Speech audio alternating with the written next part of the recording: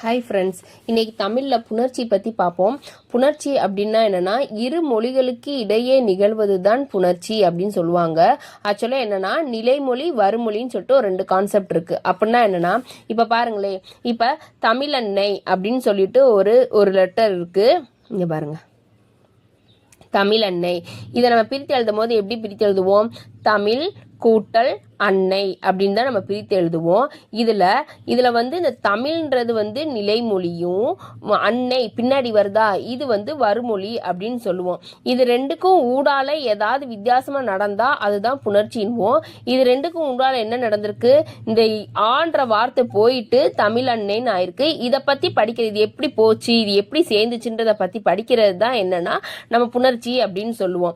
இது வந்து நிலைமொழி. இந்த தமிழ்ன்றது நிலைமொழி, அன்னைன்றது வருமொழி. இதுதான். இப்போ இதுல நம்ம வந்து நிறைய கான்செப்ட் இருக்கு. நம்ம ஒவ்வொரு நாளும் ஒவ்வொரு கான்செப்டா பார்ப்போம். இப்போ இதுல ஃபர்ஸ்ட் கான்செப்ட் என்னன்னா உயிரீறு அப்படின்னு சொல்லுவோம். உயிரீறு அப்படின்னா உயிரெழுத்துக்கள். தமிழோட உயிரெழுத்துக்கள் என்னன்னா அ ஆ இ ஈ இந்த மாதிரி வர்றதுதான் தமிழோட உயிரெழுத்துக்கள் அப்படின்னு சொல்லுவோம். இக்கு வரை அக்கனா வரையே இருக்கு. ஸோ இதெல்லாம் வந்து உயிரெழுத்துக்கள். இப்போ இங்க பாருங்களேன், மணி அப்படின்னு சொல்லிட்டு இருக்கு. மணிமாலை அப்படின்னு சொல்லிட்டு ஒரு வேர்டு இருக்கு. இதை பிரித்து எழுதும் போது நம்ம எப்படி பிரித்து எழுதுவோம்?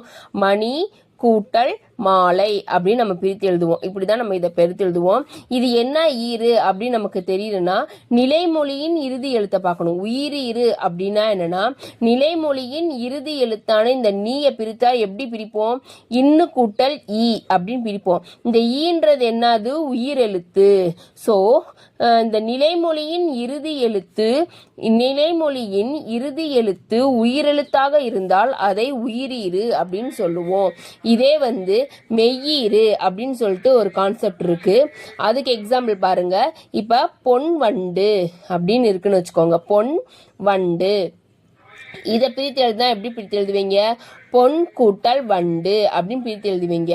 அப்ப நிலைமொழியின் மெய்யீறு அப்படின்னா என்னன்னா நிலைமொழியின் இறுதி எழுத்து மெய்யெழுத்தாக இருந்தால் அது வந்து மெய்யீறு.